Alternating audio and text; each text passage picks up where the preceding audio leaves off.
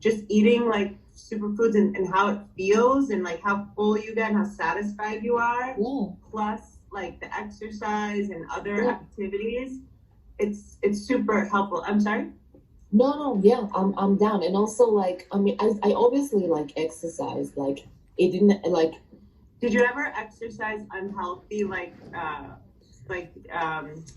I mean I definitely went like I would like throw up and like go to the gym for like 3 hours. Like I wouldn't feel like it would do anything, but yeah, no, I never it didn't happen to me. Like when I exercise a lot, I would make sure I eat protein before. Like I got the knowledge about like I need to have protein before I work out if I want to actually gain muscle. And in order to lose weight, you need muscle. And like I understood this very early on, so I always made sure like I knew that if I'm gonna just yeah like work out before eating, like I'm just gonna hurt myself. The only time I it tears the muscles. I was gonna say yeah protein also doesn't turn to fat when you overeat it, and um, and it's definitely something we need with plant-based diets. yeah like we need muscle in order to lose weight. That's very important. Like Muscles burn muscles like burn fat. calories 24 hours a day. You sleep and your Muscles muscle works burn for you. fat. Like when you have more muscle mass in your body, your resting metabolic rate is faster. Yeah, exactly. And So like resistance training is part of your exercise. I mean, I started with like yoga and running, and then I realized, You okay, get a lot of muscles from yoga, right? you do because you use body weight. Yeah, and sometimes like body weight, you know, like you don't really need a lot of like weights. But I had this partner who lift weights, so we did it together a lot, and I got so fit. Like we worked out a lot, and we ate That's really awesome. well. I looked the best actually when I was like a little muscular, but I was still very lean. And I still did yoga. I think I looked like I have my best shape was when I was lifting weights.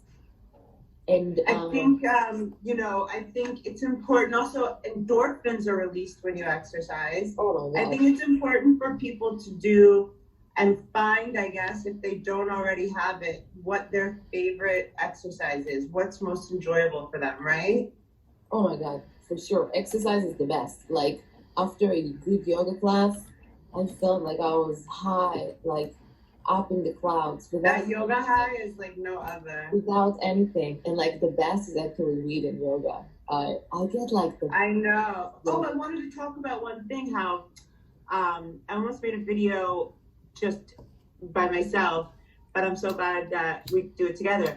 I thought it was very interesting how in our last experience we discussed marijuana and how for you it increases appetite and makes food taste better. hmm, And for me, it doesn't do that, but it just helps me digest food and relieves anxiety that I'll usually have.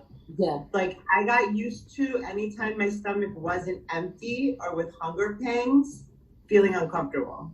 right. Like hunger pangs would make me feel like, Right. okay, cool, good. Yeah, I'm good. Like that's how bad it was. It was like that's the you got to a point that like being hungry was your natural state instead No, of that was like my, I was just like, if I, being not, yes, exactly. That was my natural state. So when I had food in my body, even if it was like a just half a a little sandwich, I was a little anxious. And yeah.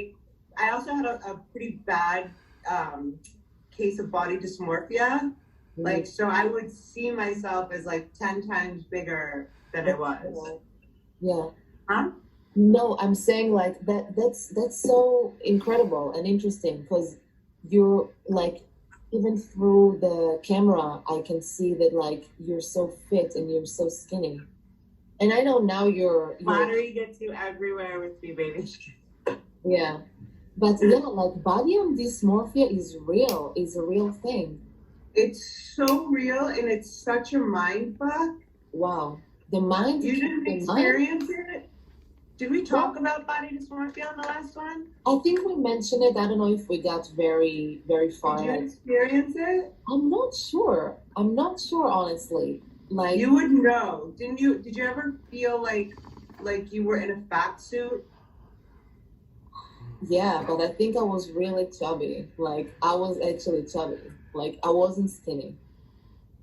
Did you ever like know in your head that you were thin and Yeah, when I was thin, I knew I was thin. Like, see, like I would be like so thin and like still feel like the thinnest, and when people would be worried, I'd be like, okay, I'm safe. Like if I have a meal, it won't be bad.